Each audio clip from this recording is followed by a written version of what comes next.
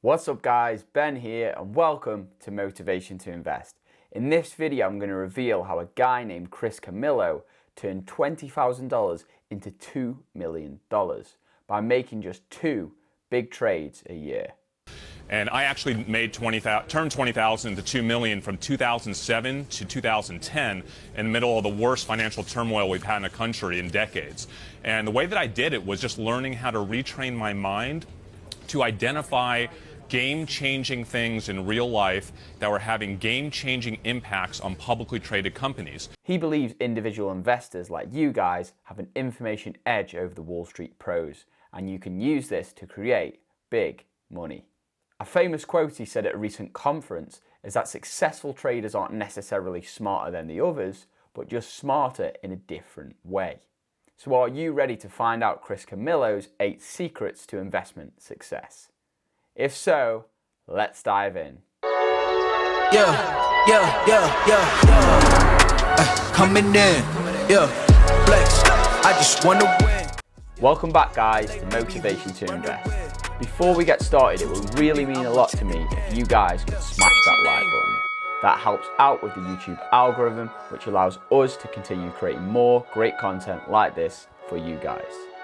In addition, if you would like some exclusive stock market investing tips and stock market picks, which I personally have invested into, then you should definitely think about subscribing to this channel. Be sure to turn the notification bell on, that way you'll get notified when a great stock is at a great price and I am investing into it. So with that being said, let's get into the video. Camillo is a modern day Peter Lynch who believes that the individual investor such as you guys can beat the market by having an information edge. In the words of the great Peter Lynch, if you like the product, chances are you'll like the stock. And this is a similar approach Chris takes to investing into companies. So what is his investment strategy?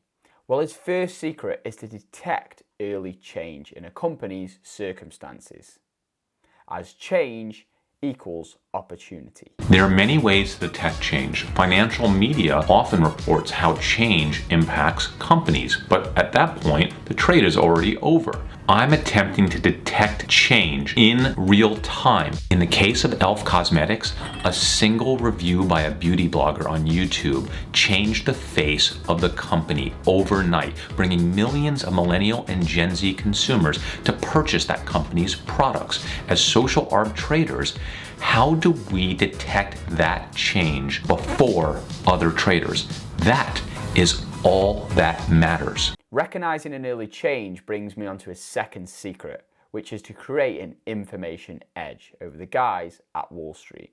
And the trick here is to understand when you see something in your life that Wall Street hasn't picked up on yet. And that's when you have an opportunity to make an information arbitrage investment.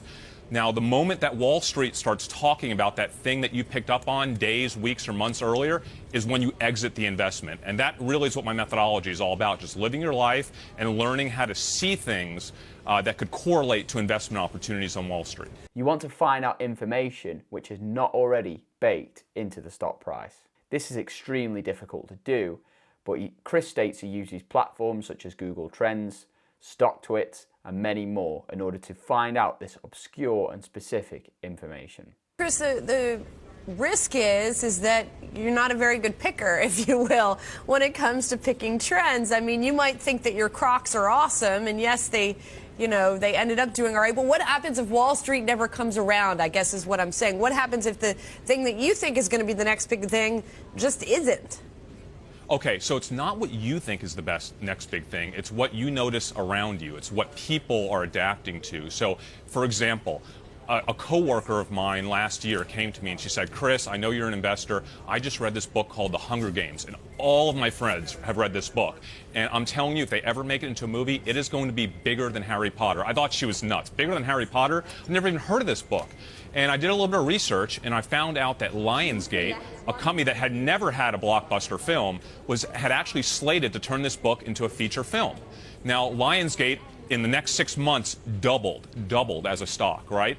Those sorts of stories happen all the time, and Wall Street took many months to pick up on that story. And it's not because I read Hunger Games. I never even read the book as an investor. I didn't care about Hunger Games. I cared about the fact that millions of kids were so passionate about this book, which ultimately turned into a multi-$100 million film.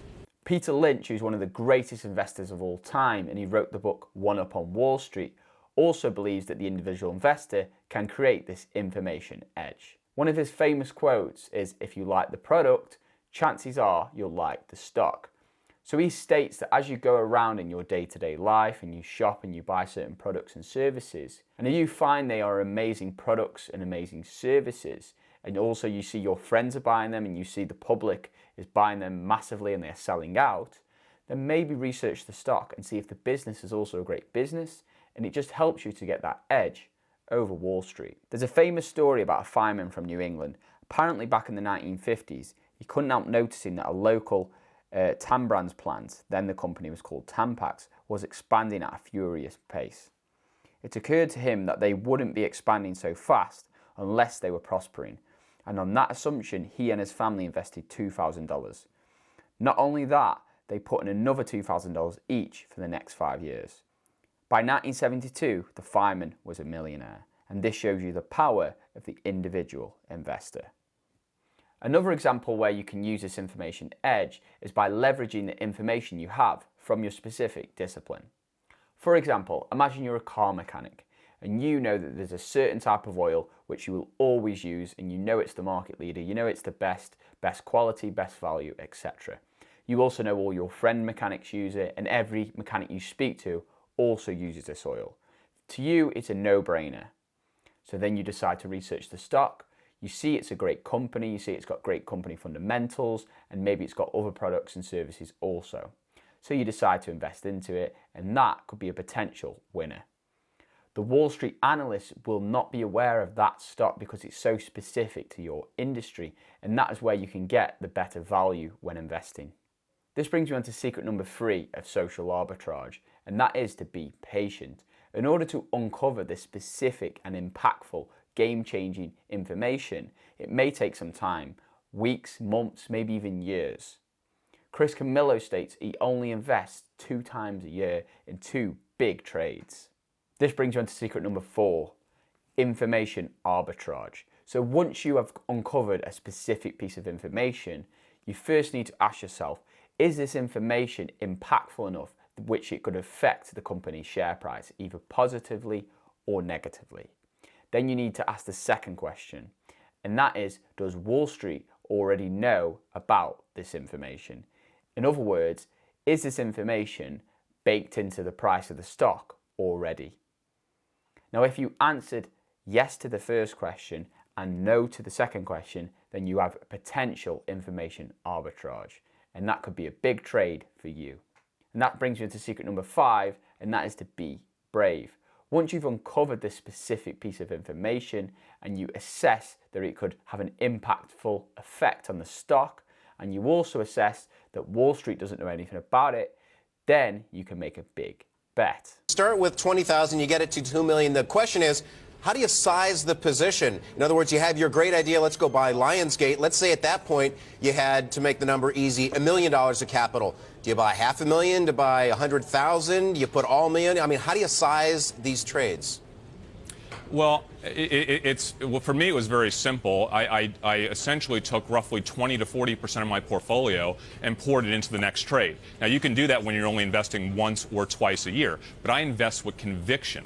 So I'm only making 1 or 2 investments a year. When I find something, it's material. It's not just a trend. It's a big game-changing event that, for whatever reason, Wall Street has missed. And over the 8 or 9 investments I made in that 3-year period that were my big investments, I think I maybe missed on 1. The other 7 or 8, all of them were hits that generated for me triple-digit returns, in some case 300, 400, 500% returns in a very short period of time.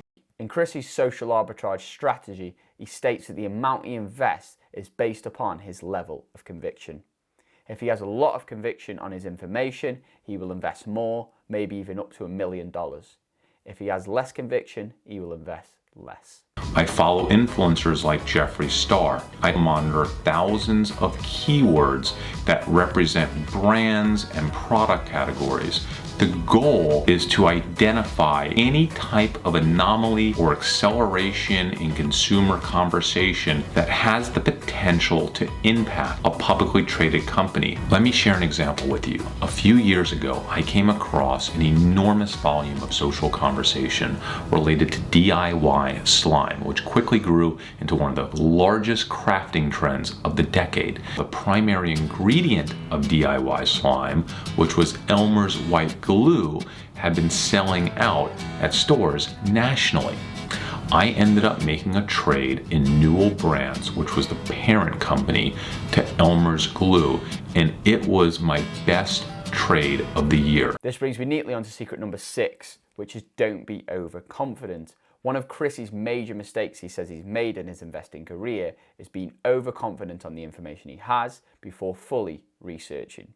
So always do your research and be confident in any information edge you believe you may have before investing hard.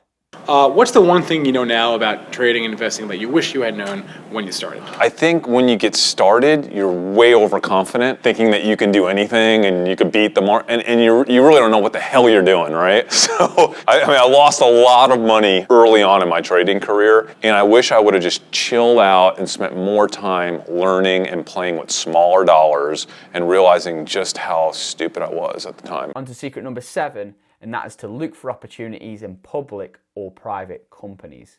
Don't limit yourself as an individual investor to only publicly traded companies.